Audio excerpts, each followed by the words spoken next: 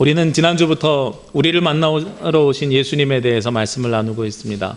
지난주에는 모든 사람을 만나러 오셨고요. 오늘 그 모든 사람 가운데 첫 번째로 실패한 사람을 만나러 오셨다 하는 제목으로 말씀을 나누려고 합니다. 세상에서 살아가는 사람들이 모두 다 성공을 향해서 살아가는 것 같아요.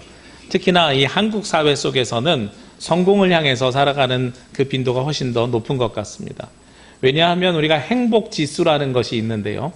내 삶에 얼마나 만족하고 행복해하는가 하는 행복지수가 있는데 한국이 너무 낮아요, 행복지수가. 그래서 지금의 삶을 만족하지 못하고 앞으로의 목적지를 향해서 계속해서 나아가는 삶을 살아가고 있습니다. 얼마 전에 나왔던 한 서점의 대형 서점의 통계를 보면 자기계발서, 부자 아빠, 가난한 아빠 이런 책들이 있잖아요. 아니면 성공하는 CEO의 다이어리에는 뭔가 비밀이 있다. 이런 식의 자기계발서가 넘쳐나고요. 그리고 출판량도 넘쳐나고 그걸 사서 보는 사람들도 몇 년 전에 비해서 급격하게 증가하고 있는 추세라고 합니다. 그래서 궁금했어요. 자기계발서 읽으면 진짜로 성공할 수 있을까?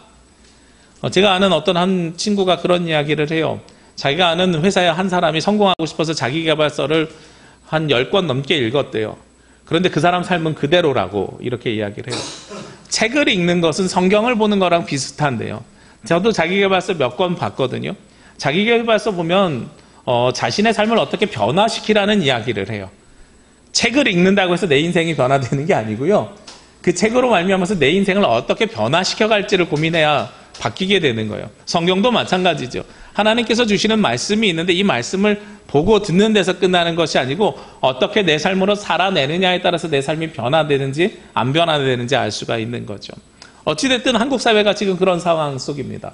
성공지향적이고 성공을 향해서 나아갑니다. 그러면 어떤 사람이 성공한 사람인가라는 질문을 또 해볼 수가 있죠. 어떠한 사람이 성공한 사람이냐면 사회적으로 사람들이 인정하는 사람을 우리는 성공한 사람이라고 생각하죠. 그래서 사회적으로 인정할 때는요, 높은 지위에 올라가 있거나 많은 돈을 벌었거나 아니면 세상에서 영향력을 끼치는 사람, 이 정도 돼야 우리는 성공한 사람이라고 이야기를 하고 있습니다. 제가 설교를 해야 되니까 강연에 대한 책들을 많이 찾아보다가요. 김미경이라는 강사 아마 기억하실 겁니다. 요즘은 TV에 안 나오는데 그 강사가 쓴 책 중에 그런 이야기가 있어요. 자기 엄마는 어렸을 때 자그마한 식당을 했대요. 식당을 해가지고 종업원도 한 명 없이 혼자서 밥 해주고 이렇게 하면서 식당을 했는데 친구는 저 터미널 옆으로 이사 가가지고 옆에서 식당 하던 분이 어느 날 터미널 옆으로 이사 가가지고선 3층짜리 식당을 크게 차렸다는 거예요. 그러면서 3층짜리 식당을 차리면서 거기서 돈을 많이 번다는 거죠. 그러면 그 사람은 성공한 사람이고 나는 실패한 사람이냐 여기에서 물어보는 거예요. 실패하지 않았죠. 이 김미경이라는 강사가 볼 때 우리 엄마는 딸, 자식들, 아들 모두 다 대학 보내고 모두 다 공부시키고 그 시골에서 얼마나 열심히 살았으면 그게 성공한 거 아닙니까? 라고 이야기하는데 그 엄마는, 친정엄마는 계속해서 그런 삶을 생각을 하고 있다는 거예요. 아, 내 친구는 저기 터미널 옆에서 큰 식당, 3층짜리 식당 운영하고 있는데 난 아직도 조그만 데서 하고 있어. 저 친구는 성공했어. 나는 실패했어. 이런 관점을 가지고 있다는 거죠. 이게 우리가 가지고 있는 일반적인 사회 속에서의 관점입니다. 그런데 이 김미경이라는 강사가 그 얘기를 해요. 둘 다 성공한 사람이다. 둘 다 성공한 사람이다. 큰 식당을 가면 무엇이 그만큼 따라요? 직원들 월급 줘야 되죠. 운영해야 되죠. 돈 많이 들어가죠. 그러니까 그만큼 무슨 비용이 들어가냐면 고통의 비용이 더 들어간다. 그거 하려고 무리해서 대출 이자 갚아야 되죠. 해야 되죠. 그만큼 많이 수고하고 헌신할 생각이 있으면 그렇게 가는 것이고 아니면 나에게 주어진 삶 속에서 내가 기쁘고 감사하면 되지 않겠느냐. 목회자들보다 훨씬 더 실질적으로 필요한 이야기들을 그 안에서 하고 있었어요. 우리가 가지고 있는 가치 속에서 무엇이 성공인가 실패인가 하는 것을 한번 생각해 보시면 좋겠어요. 그런데 일반적으로 사람들은 무엇을 성공과 실패의 기준으로 삼냐면 아까 이야기한 것처럼 사회적으로 사람들이 인정하고 여러 가지들이 있지만 결국은 하나더라고요. 어떠한 목표점을 정해놓고요. 그 목표에 내가 도달했는지 도달하지 못했는지를 성공과 실패라는 기준을 삼더란 말이죠. 어제 저희 아들이 저보고 축구를 하자 그래요. 그래가지고 1시간 시간 내서 학교 운동장 가서 축구를 하고 왔어요. 축구를 하고 오는 길에 둘째 아이가 초등학교 1학년짜리가 그래요. 뭐라 그래요? 오늘 스케줄 다 해소 못하겠는데 이러더라고요. 그래서 너 무슨 스케줄이 있는데? 하고 물어봤어요. 그랬더니 아빠하고 축구 1시간 하는 거는 했는데 집에 가서 보드게임 10분 하는 거랑 뭐 10분 하는 거랑 무슨 스케줄을 10분 단위로 짜놨어요. 근데 그거는 다 못할 것 같아요. 이런 이야기를 하는 거예요. 그래서 오늘은 나는 내 스케줄 실패했어요. 이 얘기를 하더라고요. 세상 사람들이 볼 때 아무도 인정하지 않는데 스스로 실패했다고 생각하는 거예요. 자기가 짜놓은 계획을 이루지 못하니까 실패했다 이렇게 생각을 하고 있는 거죠. 그래서 성공과 실패를 바라보는 관점은 모두가 다 다릅니다. 그래서 여러분들이 스스로 실패했다고 생각할지라도 어떤 사람들이 볼 때는 여러분들은 성공한 삶을 살았을 수도 있고요. 세상 사람들이 모두 다 성공한 삶이야 라고 인정해 줄지라도 정작 나는 실패한 삶을 살았을 수도 있습니다. 그런데 오늘 성경에 보니까요. 두 사람이 나오는데 한 분은 예수님이고 또 한 사람은 마태라는 예수님의 제자가 나옵니다.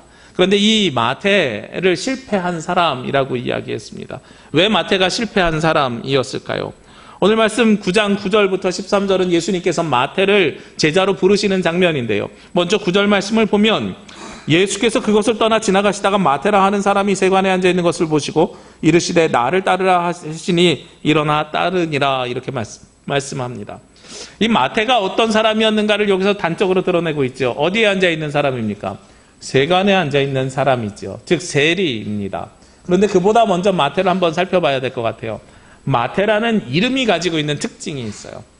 마태의 이름은 어떤 의미일까요? 마태는요, 신실한 사람이라는 뜻입니다.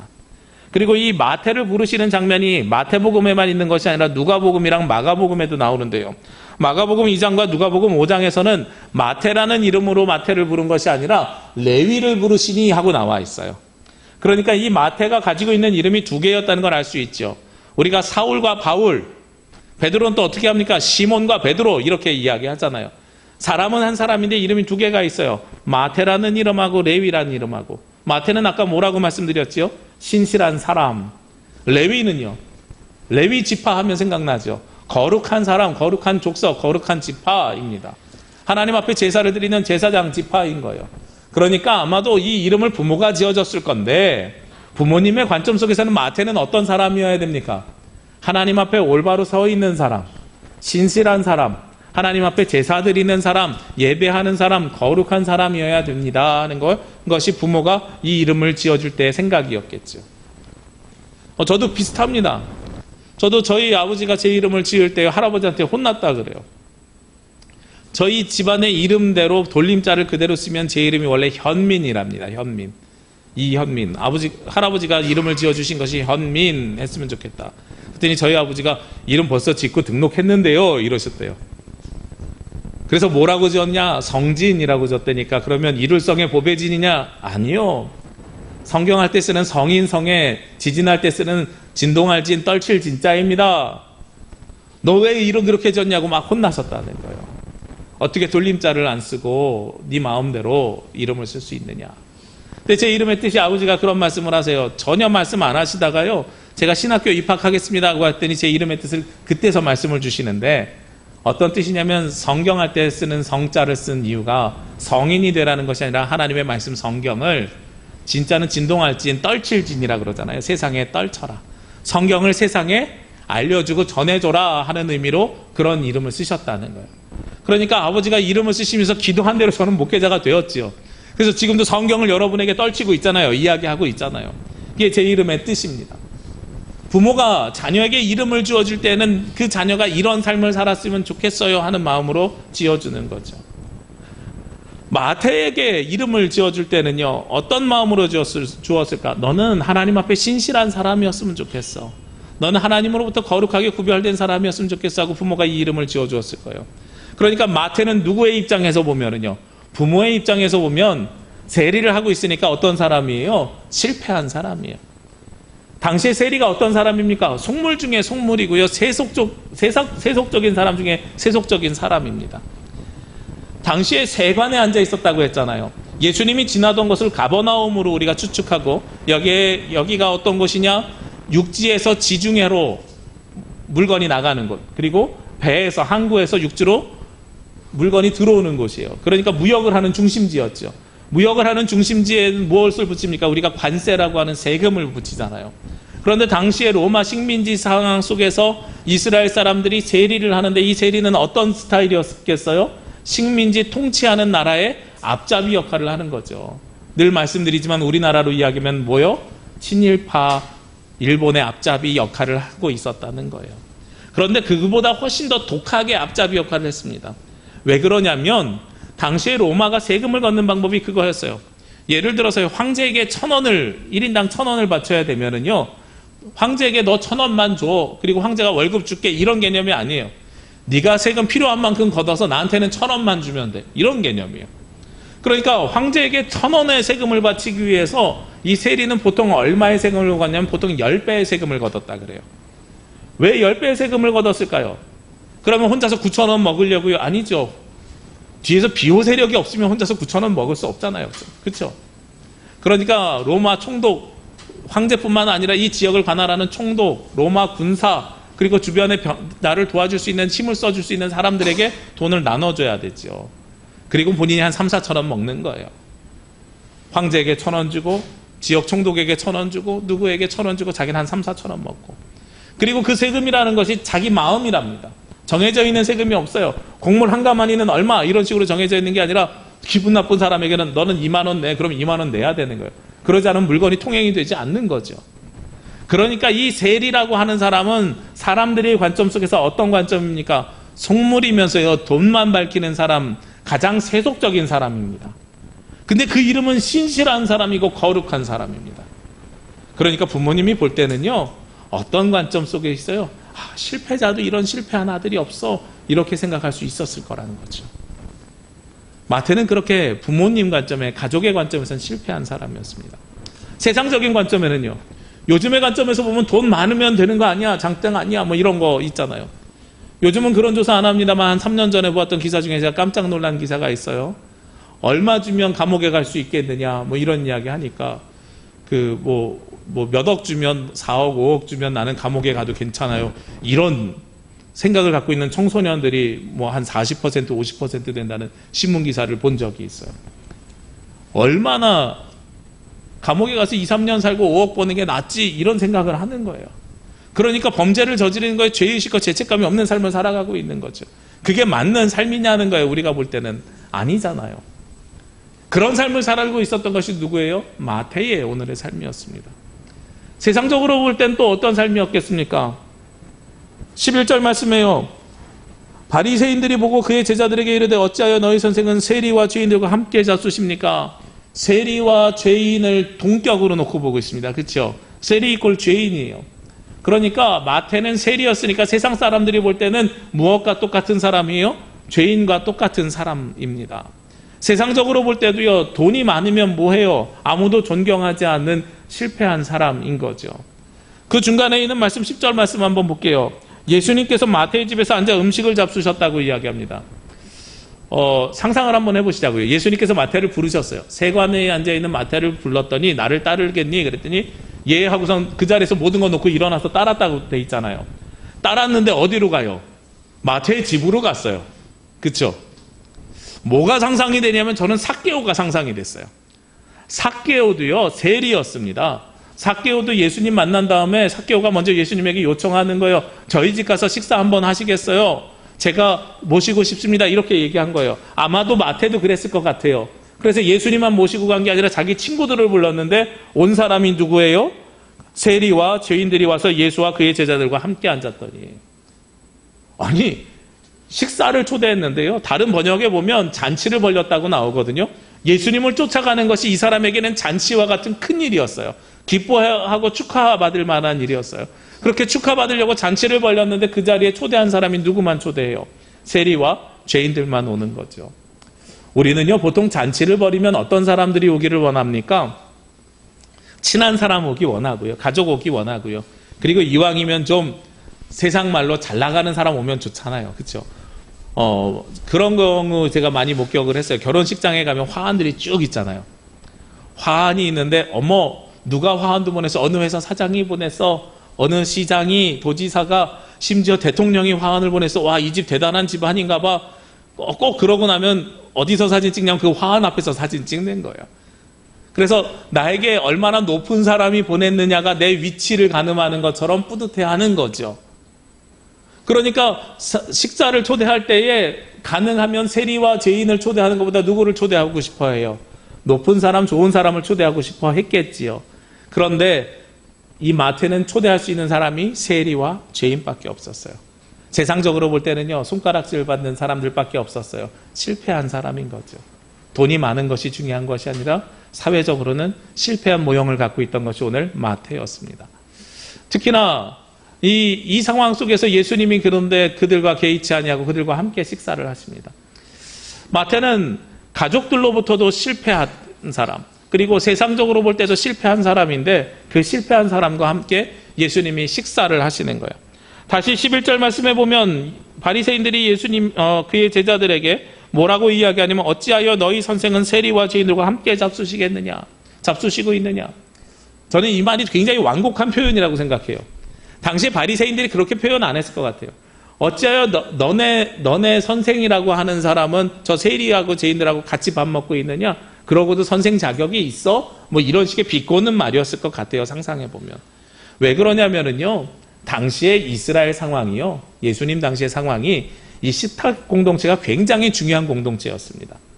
그래서 우리 식탁에 아무나 오지 못했어요. 우리나라에도 얼마 전까지 유교적 전통이 있을 때까지만 해도 어떤 전통이 있었습니까? 남자와 여자 식탁 바꿔서 겸상 못하고 나눠서 먹잖아요. 제가 어렸을 때 기억해 보니까요. 명절 때 보면은 할아버지 앉으시고 아버지하고 큰아버지 앉으시고 뭐 이렇게 고모부들 앉으셔서 남자분들 식사 따로 하시고 여자분들이랑 아이들 따로 식사하는 거예요. 근데 저는 장손이라고 할아버지가 성진아 하고 부르셔가지고 그 어른들 식탁 자리에 항상 앉혀주셨어요. 이렇게 구별해서 먹는 거잖아요, 식탁이. 이스라엘도 그랬어요. 어디서 할 수 있냐면 갈라디아서 2장 말씀에 보면은요. 베드로, 야고보, 요한이 예루살렘에서 회의를 하면서 식탁 공동체 밥을 먹고 있습니다. 밥을 먹고 있는데 그 식탁에 누가 들어오냐면 사도 바울이 들어와요. 사도 바울이 들어오면서 그냥 혼자 온 것이 아니라 디도를 데리고 들어옵니다. 디도를 데리고 그 식탁에 들어오니까 밥 먹던 베드로가요 식탁을 탁 치면서 일어나요. 아, 나 밥 못 먹겠어. 그랬더니 사도 바울이 화가 나가지고 물어봐요. 왜 그럽니까? 라고 물어봐요. 그랬더니 어떻게 이방인을 데리고 우리 식탁 자리에 들어올 수가 있어? 하고선 둘이서 논쟁이 붙은 거예요. 둘이서 논쟁이 붙으면서 왜 예수 그리스도를 믿으면 누구나 다 같이 올 수 있는 거 아니야? 이런 걸 가지고 논쟁을 붙은 거예요. 사도 바울이 예수님 믿으면 다 똑같은 거 아니야? 할례를 안 받았잖아. 할례를 안 받았으니까 이방인이지. 할례를 안 받은 사람이 어떻게 우리의 식탁에 공동체에 같이 들어올 수 있어? 이거 갖고 둘이서 논쟁했거든요. 그리고 나서 결국은 누가 이겼습니까? 사도 바울이 이겼죠. 하나님은 사람을 외모로 취하지 않으신다는 말씀이 바로 거기에 있는 겁니다. 할례를 받았는지 안 받았는지에 따른 외형에 따라서 하나님께서 판단하시는 것이 아니라 예수 그리스도를 믿는 믿음이 있느냐 없느냐를 가지고선 우리 식탁 공동체에 참여할 수 있는 자격을 논해야 되는 거죠. 베드로가 거기에서 악수를 청했습니다. 많은 신학자들이 그 악수를 청하는 그 모습을 가지고 베드로가 사도 바울에게 화해를 청했다고 요청하는 것이고, 그리고 할례의 유무가 아니라, 그래서 유대인이나 헬라인이나 우리의 나라 혹은 피부색 이런 민족이 아니라 무엇에 따라서요? 내 안에 그리스도가 살아있는지 살아있지 않은지에 따라서 우리가 함께 공동체가 되는지 안 되는지를 결정했다고요. 그래서 갈라디아서 2장 20절 오늘 찬양할 때 맨 마지막 찬양이 복음성가가 저는 그 갈라디아서 2장 20절 말씀이라고 생각하는데요. 내가 그리스도와 함께 십자가에 못 박혀 죽었나니 그런즉 이제는 내가 산 것이 아니요 내 안에 그리스도께서 사신 것이라. 이제 내가 육체 가운데 사는 것은 나를 사랑하사 나를 위하여 자기 몸을 버리신 하나님의 아들을 믿는 믿음 가운데서 살아가는 것이라. 내가 사는 것이 아니라 내 안에 그리스도께서 살아가시는 것을 고백하는 사람, 그들은 누구나 다 식탁 공동체에 들어올 수 있다는 거죠. 예수님은 마태를 그렇게 받아주셨어요. 마태 입장에서 얼마나 감격적이었겠습니까? 내가 잔치를 베풀고 내가 밥을 먹자고 하면 내 주변에 올 수 있는 사람은 세리와 죄인들밖에 없었어요. 사람들로부터 손가락질 받는 사람들밖에 올 수 없었는데 예수님이 나를 만나주시고 나와 함께 식탁 공동체 밥을 먹어주셨습니다. 가족들로부터 실패했다고, 아니 너는 하나님 앞에 신실하게 살라고 신실한 자 거룩한 사람이라고 이름 붙여줬더니 왜 그렇게 속물로 살아가니? 세상 사람들은요, 아, 저 사람 악질 중에 악질이야, 손가락질 하는데, 그런데 예수님이 만나주셨어요. 만나주시고 그와 함께 식사하셨습니다. 왜 그랬을까요? 그것은 예수님이 이 땅에 오신 이유를 우리가 보면 알 수 있습니다. 오늘 말씀 12절 13절 말씀에 보면 예수님이 이 땅에 오신 이유를 말씀하고 있는데요. 건강한 자에게는 의사가 쓸데없고 병든 자에게라야 쓸데있느니라. 너희는 가서 내가 긍휼을 원하고 제사를 원하지 아니하노라 하신 뜻이 무엇인지를 배우라. 나는 의인을 부르러 온 것이 아니요 죄인을 부르러 왔노라. 예수님을 필요로 하고요, 예수님 앞에 갈급하고요, 예수님을 영접하기 원하는 사람들에게 예수님은 가신다는 거예요. 그가 실패했든지 성공했든지 예수님은 거기에 관심이 없으시다는 겁니다. 예수님의 관심은 오직 예수님을 필요로 하는 사람들, 영적으로 갈급해하는 사람들, 그래서 나의 죄를 고백하고 주님 앞에 나오기를 원하는 사람들, 거기에 예수님은 관심이 있다는 거예요. 여기에 의인은 누굽니까? 그 부분을 지적했던 사람, 나는 거룩해, 나는 의로워, 그래서 나는 죄인 곁에 갈 수 없어 라고 이야기했던 바리새인들을 향해서 하는 이야기인 거예요. 너네들은 행위로 하나님 나라 갈 수 있다고 이야기하면서 왜 정말로 아파하고 슬퍼하는 약자들과 눈물 흘리는 사람들, 특히 이 실패한 사람들하고 함께하지 않니? 왜 너희들은 성공한 사람들만 데리고 살려고 하니? 하고 물어보고 있는 거죠. 교회는, 그리스도인들은 어때야 됩니까? 예수님 따라서 살아야 되잖아요. 그러니까 우리는 누구를 더욱더 열심히 쳐다봐야 돼요? 높은 데를 쳐다보는 것이 아니라 약자들을 쳐다봐야 됩니다. 가난한 자들을 향해서 살아야 되고요, 실패한 사람들과 친구가 되어줘야 됩니다. 돕는 것과 친구가 되어주는 건 좀 다르다고 생각을 해요. 그들에게 돈을 주는 건 친구가 되어주는 게 아닙니다. 실패한 사람들에게 돈을 쥐어주는 건 그래서 그들이 성공할 수도 없고요, 그것이 우리가 그들과 친구가 되어주는 방법이 아니에요. 그들과 함께 신앙생활하면서 옆에 있어주는 것이 우리가 해야 되는 진짜 본질적인 사역이고 그리스도인들의 모습입니다. 오늘 예수님께서는 그렇게 말씀하셨잖아요. 죄인을 부르러 왔고요, 병든 자에게 의사가 필요한 것 같이 나는 필요한 자들에게 가겠다. 우리가 예수님을 따라서 살아가는 삶이 바로 그런 사람들입니다. 사회적 약자들을 위해서, 아파하는 사람들을 위해서, 실패해서 내 주변에 친구가 없는 사람들을 향해서 그들에게 가서 친구가 되어주는 것, 이것이 바로 그리스도인들의 삶의 모습이라는 거죠. 주님은 바로 그들을 만나러 오셨습니다. 우리의 삶이요, 기준에 따라서 성공한 삶일 수도 있고 실패한 삶일 수도 있습니다. 그런데 우리가 실패했다고 할지라도 우리는 낙심낙담할 이유가 없다는 거죠. 왜냐? 실패한 우리들이요, 우리의 죄를 회개하고 주님 앞에 나오면, 내가 죄인임을 인정하고 주님 앞에 나오면 주님께서 그런 우리들도 만나 주시기 때문에 그렇습니다. 주님은 그것을 위해서 이 땅에 오셨고요, 그것을 위해서 우리와 함께 사셨고요, 그것을 위해서 우리에게 복음을 선포하시고 말씀하셨습니다. 우리가 사순절 기간을 보내고 있는데요, 주님께서 왜 이 땅에 오셨는지를 다시 한번 기억하시고요, 이 땅에 실패한 모든 사람들을 위해서 오셨다는 것을 기억하시길 원합니다. 그리고 우리도 예수 그리스도의 친구가 되어서 실패한 자들과 함께 사는 삶을 살아가는 저와 여러분이 되시기를 주의 이름으로 기도합니다. 기도드리겠습니다. 사랑과 은혜가 충만하신 아버지 하나님, 감사합니다. 주께서 주시는 그 말씀에 따라 저희들이 이 시간 하나님 앞에 예배하며 간구하며 주님 앞에 나아갑니다.